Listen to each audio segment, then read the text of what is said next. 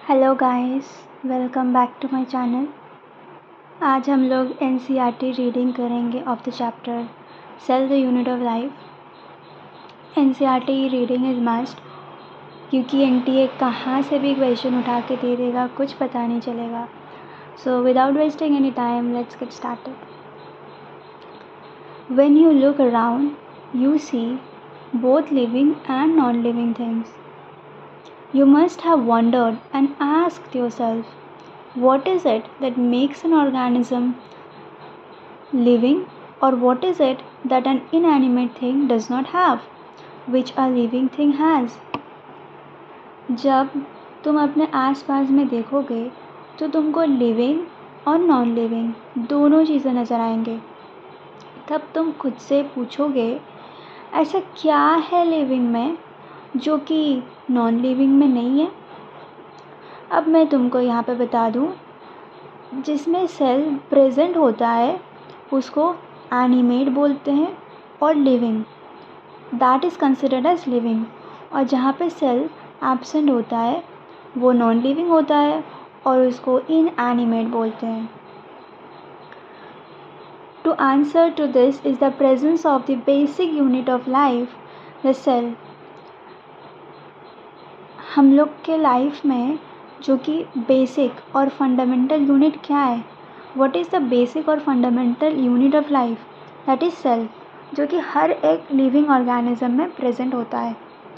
All organisms are composed of cells, some are composed of single cell and are called unicellular organisms, others like us composed of many cells are called multicellular organisms. जितना भी organisms है सब कोई cell से मिलके बना है। उसमें से कुछ जो कि सिंगल सेल, एक ही सेल से बना है, that is called unicellular organisms. और हम लोग के तरह लाइक ह्यूमन बीइंग्स जो कि बहुत सारा सेल्स मिलके बना हुआ है, that is known as multicellular organisms. Topic है what is a cell. Under that, unicellular organisms are capable of two things. One is independent existence. Number two, performing the essential function of life. Unicellular organisms ऐसा है जो कि only one cells से it is made up of, तो उसमें से that organisms वो independent existence खुद जी सकता है और जो जो essential function है लाइफ में वो सब भी परफॉर्म करता है। Anything less than a complete structure of a cell does not ensure independent living. एक सेल का स्ट्रक्चर है, अगर कोई ऑर्गेनिज्म में एक कंप्लीट सेल का स्ट्रक्चर प्रेजेंट ही ना हो तो that is not considered living. अगर लिविंग नहीं है तो क्या है, नॉन लिविंग है। नॉन लिविंग है मतलब इनएनिमेट, इनएनिमेट मतलब सेल एब्सेंट। सेल एब्सेंट इसलिए क्योंकि सेल का जो स्ट्रक्चर है, complete structure, that structure is not present. तो वो अगर पूरा स्ट्रक्चर प्रेजेंट नहीं है तो वो इंडिपेंडेंट एग्जिस्टेंस शो नहीं कर सकता, किसी के ऊपर डिपेंड होके रहेगा। तो यहाँ से तुम्हारा it is not visible, yes, assertion reasoning आ सकता है इस लाइन से। और हम लोग को पता है जो वायरस है, virus do not have a complete structure of a cell. Virus is a connecting link between living and non living. Virus जो अगर बाहर पड़ा हुआ रहेगा तो it will not have independent existence, लेकिन वो अगर होस्ट के अंदर में चला जाए तब उसका तांडव शुरू। तो यहाँ से असर्शन रीजनिंग आ सकता है। Cell is the fundamental, structural and functional unit of all living organisms. Cell का डेफिनेशन व्हाट इज़ सेल, तो ये है। अब इसमें तुम्हारा साइंटिस्ट का नाम और डेट्स और वो लोग क्या क्या डिस्कवर किए हैं पढ़ते पढ़ते लास्ट में एकदम पूरा चैप्टर कंप्लीट होने के बाद या तो इन बिटवीन भी मैं दे सकती हूँ। I will provide a page with all the name of the scientist and their discovery along with dates. तो यहाँ पे फर्स्ट है तुम्हारा Robert Hooke. Robert Hooke first discovered a dead cells. Dead cells उन्होंने डिस्कवर किया था first, और dead cells मतलब सेल वॉल उन्होंने डिस्कवर किया था, he saw the cell wall. उसके बाद Anton von Leeuwenhoek first saw and described a live cell, उन्होंने जिंदा सेल डिस्क्राइब किया था। और Robert Brown later discovered the nucleus. तो यहाँ पे तीनों scientist, Robert Hooke dead cell discover, Anton van Leeuwenhoek live cell, और Robert Brown nucleus. Yes, first Robert Brown first discovered the nucleus. उसके बाद invention of the microscope and its improvement leading to the electron microscope revealed all the structural details of the cell. अब यहाँ पे क्या हो सकता है, यहाँ पे इलेक्ट्रॉन माइक्रोस्कोप ना दे के कंपाउंड माइक्रोस्कोप भी दे सकता है। That compound microscope revealed all the structural details of the cell, तो वो तब गलत हो जाएगा। असर्शन रीज़न में ये सब पूछ सकता है। पहले तो इन्वेंशन ऑफ द माइक्रोस्कोप हुआ, उसके बाद तुम्हारा उसका इम्प्रूवमेंट मॉडिफाई करते करते इलेक्ट्रॉन माइक्रोस्कोप हुआ। So this term electron microscope is important. मतलब कुछ भी हो सकता है नीट के एग्ज़ाम में, हम लोग कुछ नहीं बता सकते। असर्शन रीज़न में पूछ सकता है, या तो स्टेटमेंट कि बताओ पहला वाला स्टेटमेंट करेक्ट है या सेकंड वाला। यहाँ पे असर्शन रीज़न से ज़्यादा स्टेटमेंट, ST मतलब स्टेटमेंट, ओके, इस लाइन से। Then cell theory. In 1838, Matthias Clidden, a German botanist, examined a large number of plants and observed that all plants are composed of different kinds of cells which form the tissues of the plant. इसको मैं कैसे याद रखती हूँ, cell theory दिए थे, sorry मेरा हिंदी ना थोड़ा ख़राब है, because my mother tongue is Bengali, तो I am trying to speak in Hindi. मतलब अच्छा से मैं बोलने की कोशिश कर रही हूँ, थोड़ा सा मैनेज कर लेना, ओके। अब सेल थ्योरी में मैं ऐसे याद रखती हूँ, 1838 1839, मैथियस क्लिडन, थियोडर श्वान, जर्मन बोटनिस्ट, जर्मन जूलॉजिस्ट। अब बॉटनिस्ट मतलब ही प्लांट, तो इन्होंने प्लांट के ऊपर स्टडी किया है। देखो लार्ज नंबर ऑफ प्लांट्स, और उन्होंने देखा कि जितना भी प्लांट्स है they are all made up of different kinds of cells मिलके टिश्यू फॉर्म करता है ऑफ द प्लांट। उसके बाद थियोडर श्वान, उसके बाद थियोडर श्वान 1839, he was a German zoologist. पहले यहाँ पर ब्रिटिश था, अब NCERT चेंज होने के बाद NTA, हाँ NTA का ही कुछ था, तो उन्होंने बोला चेंज करने के लिए, तो ब्रिटिश से जर्मन हो गया। तो this is good for us only, because वहाँ पे भी जर्मन बॉटनिस्ट और यहाँ पे German zoologist. Studied different types of animal cells and reported that cells had a thin outer layer which is today known as the plasma membrane. तो Theodore श्वान उन्होंने 1839 में बोला कि उन्होंने बहुत सारे एनिमल्स, जूलॉजिस्ट थे इसलिए बहुत सारा एनिमल्स के ऊपर स्टडी किया, और उन्होंने देखा कि जो सेल्स का आउटर लेयर है वो बहुत पतला है, और जिसको आज हम लोग प्लाज्मा मेम्ब्रेन बोलते हैं। उन्होंने ये भी कंक्लूड किया कि presence of cell wall is a unique character of the plant cell. Plant cell में एक यूनिक कैरेक्टर है, यूनिक कैरेक्टर जो कि cell wall, and that cell wall is only present in plant. Animals में cell wall नहीं है। Instead of that थीन, यहाँ पे थिक कर देगा तो गलत हो जाएगा, थीन आउटर लेयर है जो कि प्लाज्मा मेम्ब्रेन, इसको सेल मेम्ब्रेन भी बोलते हैं। On the basis of this, Schwann proposed the hypothesis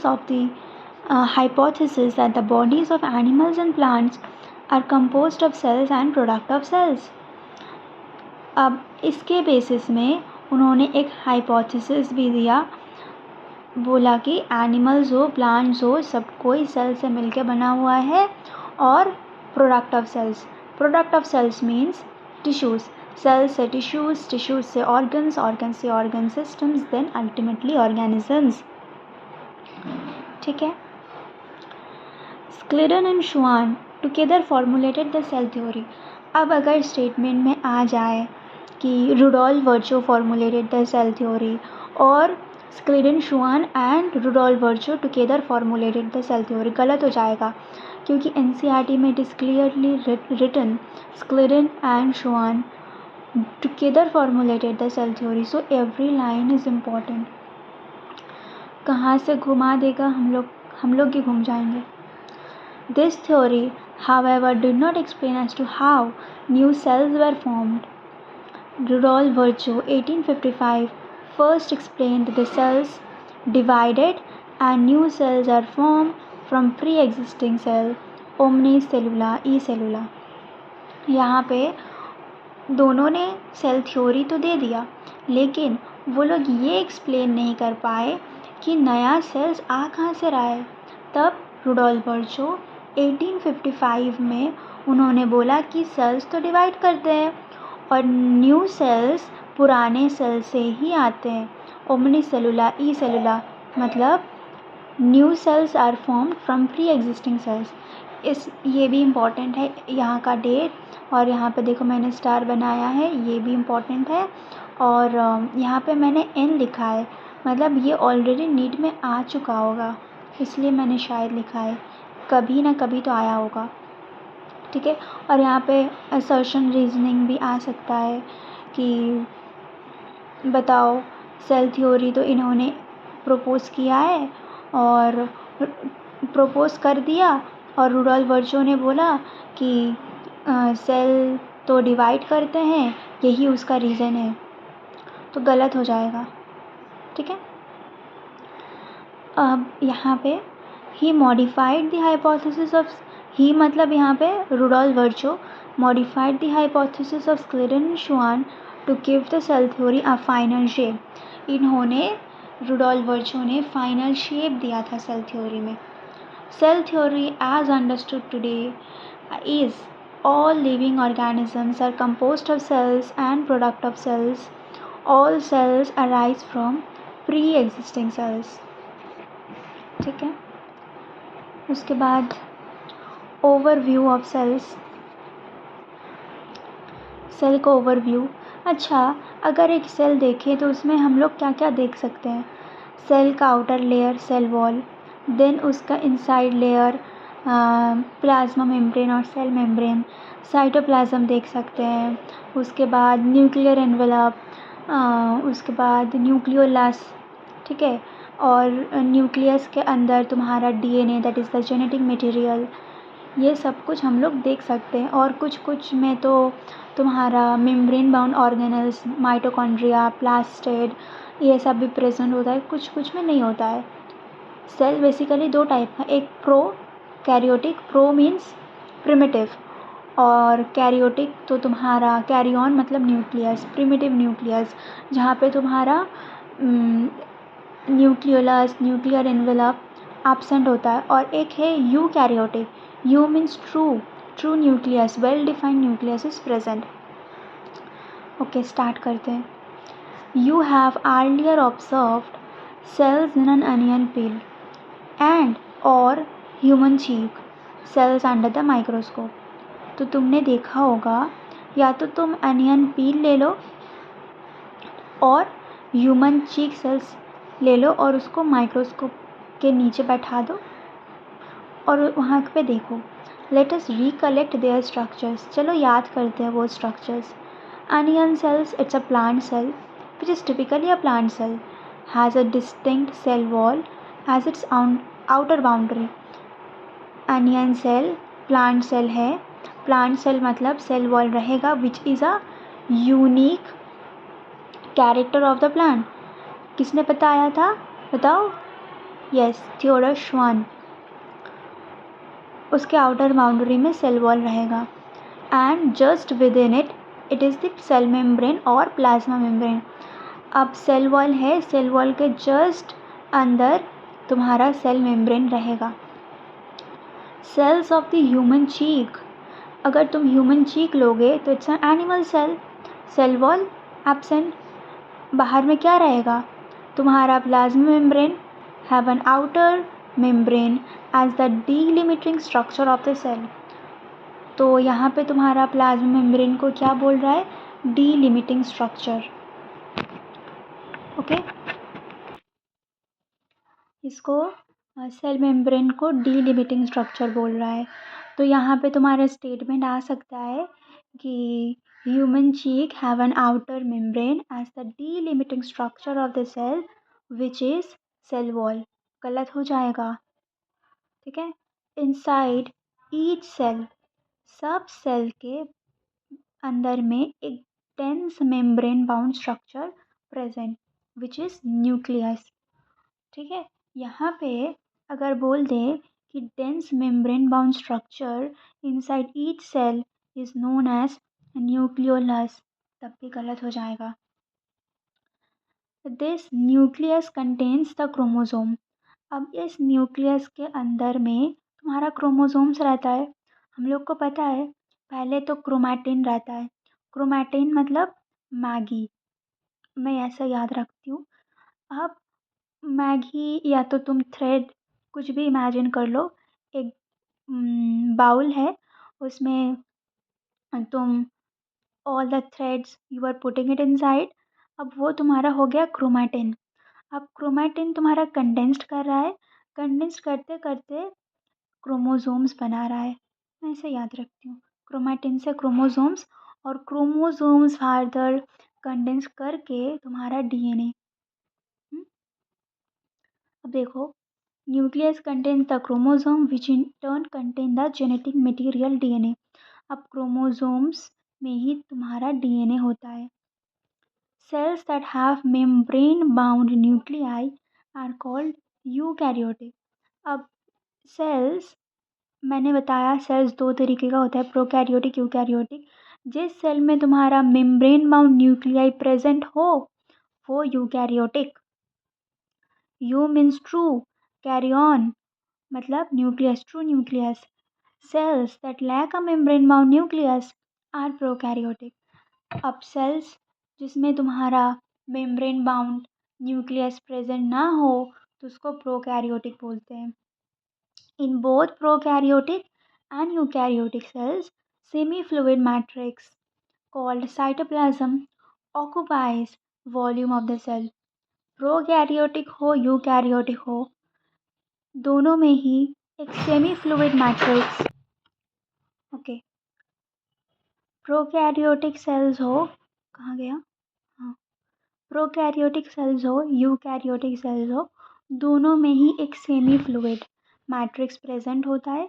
semi fluid, not fully solid not fully liquid, ठीक है, in between matrix cytoplasm present होता है। साइटोप्लाज्म जो कि occupies the volume of the cell, cell का वॉल्यूम जो occupy करता है दैट इज साइटोप्लाज्म। इसमें भी घुमा सकता है क्वेश्चन, इसमें सेमी फ्लूइड ना दे करके फ्लूइड बोल सकता है, मैट्रिक्स ना बोल के तुम्हारा सेल्स मतलब फाइबर्स म्यूकोपॉलीसैकेराइड कुछ भी बोल सकता है, ठीक है। तो मैंने बताया ना, कैरी ऑन मतलब न्यूक्लियस। प्रोकैरियोटिक यूकैरियोटिक में मेनली जिस चीज़ का डिफरेंस रहता है वो है मेम्ब्रेन बाउंड न्यूक्लियस और नॉन मेम्ब्रेन, नहीं सॉरी, इस एक में मेम्ब्रेन बाउंड न्यूक्लियस प्रेजेंट होता है और एक में नहीं होता है। साइटोप्लाज्म होता ही है। Cytoplasm is the main arena of cellular activities in both plants and animal cells, ठीक है। एनिमल सेल्स हो प्लांट सेल्स हो, ठीक है। अब एनिमल सेल्स हो plant cells, both the plant and animal cells, दोनों में ही जितना भी केमिकल रिएक्शंस होता है, मतलब various types of chemical reactions occur in it to keep the cell in the living state, ठीक है। तो सॉरी मेरा बार बार पेज ख़राब हो रहा है, यू नो ब्राउन फैमिली जहाँ पे कोई भी कहाँ से भी आ जाता है, sorry guys. Cytoplasm occupies the volume of the cell, ठीक है। प्रोकैरियोट यूकैरियोट दोनों जगह साइटोप्लाज्म प्रेजेंट होता है। Cytoplasm is the main arena of cellular activities, ठीक है। मतलब सेलुलर एक्टिविटीज़ जितना भी सेल्स का एक्टिविटीज़ होता है सब कुछ साइटोप्लाज्म में ही होता है। Both plant and animal cells और प्लांट सेल्स दोनों जगह ही साइटोप्लाज्म में ही सेलुलर एक्टिविटीज़ होता है। और बहुत सारा केमिकल रिएक्शन तुम्हारा साइटोप्लाज्म के अंदर होता है ताकि वो सेल ज़िंदा रहे। जैसे हम लोग के बॉडी में ही बहुत सारा रिएक्शंस होता रहता है, एंजाइम्स ब्रेक डाउन होना, मतलब एंजाइम्स रिलीज़ होना, उसके बाद अमाइनो एसिड्स फॉर्म होना, बहुत सारा कुछ हम लोग के बॉडी में ही होता रहता है ना। तो जस्ट लाइक दैट प्लांट को भी ज़िंदा रहना है, तो उसमें भी प्लांट में क्या है बोलो तो हम लोग जैसे कि हम लोग का ह्यूमन बीइंग में ही देखोगे तो कुछ भी होता है हम लोग डॉक्टर के पास, मतलब सब कुछ एकदम अच्छा फैसिलिटीज़ रहता है। और जो घर में पेट्स रखते हैं दे आर ऑल्सो लिविंग, तो वहाँ पे भी अच्छा देखभाल होता रहता है। लेकिन तुम एक ऐसे ही स्ट्रीट डॉग्स या तो स्ट्रीट कैट को देखोगे तो वो लोग उतना अच्छा फैसिलिटीज़ उन लोगों को नहीं मिलता है। और प्लांट्स भी लिविंग है, प्लांट्स खाता पीता हम लोग देख नहीं पाते हैं कि प्लांट्स खा रहा है, बैठ रहा है, सो रहा है, इसलिए ना भाव उतना नहीं देते। लेकिन उसमें भी ज़िंदा रहने के लिए वहाँ पे भी केमिकल रिएक्शंस होता है, तो वो यहाँ पे ना केमिकल की जगह फिज़िकल भी कर सकता है। तो be very careful, assertion reasoning यहाँ पे भी हो सकता है, स्टेटमेंट भी हो सकता है, कुछ भी हो सकता है, मतलब पूछ सकता है। Besides the nucleus, the eukaryotic cells have other membrane-bound distinct structures called organelles. ठीक है, अब मैंने बताया प्रोकैरियोटिक यूकैरियोटिक में मेन डिफरेंस तुम्हारा मेम्ब्रेन बाउंड न्यूक्लियस होता है। अब इसको छोड़ के इसके बिसाइड्स में एक मेम्ब्रेन बाउंड डिस्टिंक्ट स्ट्रक्चर्स होता है जिसको हम लोग ऑर्गेनेल्स बोलते हैं।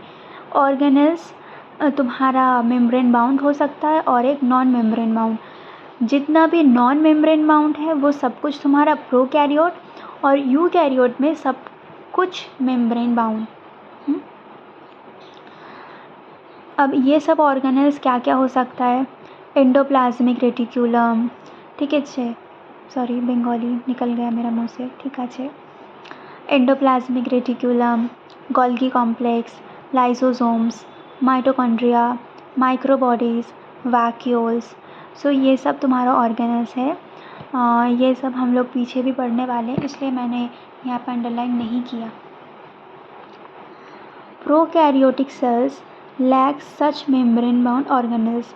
प्रोकैरियोटिक सेल्स में ये सब मेम्ब्रेन बाउंड ऑर्गेनल्स नहीं होता है। Ribosomes, that is non-membrane bound organelles found in all cells, ठीक है, both prokaryotic as well as eukaryotic। Ribosomes तुम्हारा नॉन मेम्ब्रेन बाउंड है जो तुम्हारे यूकैरियोटिक और प्रोकैरियोटिक दोनों में प्रेजेंट होता है, ठीक है। विद इन द सेल, अब सेल के अंदर ही ribosomes are found not only in the cytoplasm but also within the two organelles, that is chloroplast in plants and mitochondria and on rough ER। तो यहाँ पे they are saying that ऐसा नहीं है कि राइबोसोम सिर्फ और सिर्फ तुम्हारा साइटोप्लाज्म में ही प्रेजेंट हो, वो तुम्हारा क्लोरोप्लास्ट जो कि प्लांट्स में प्रेजेंट है, क्लोरो और प्लास्ट, क्लोरो मतलब रिलेटेड टू क्लोरोफिल और chlorophyll related to green plants, photosynthesis obviously it will take place in plants not in animals, so chloroplast in animals and mitochondria powerhouse everyone knows। mitochondria में भी present हो सकता है और rough endoplasmic reticulum, ठीक है। endoplasmic reticulum क्या है?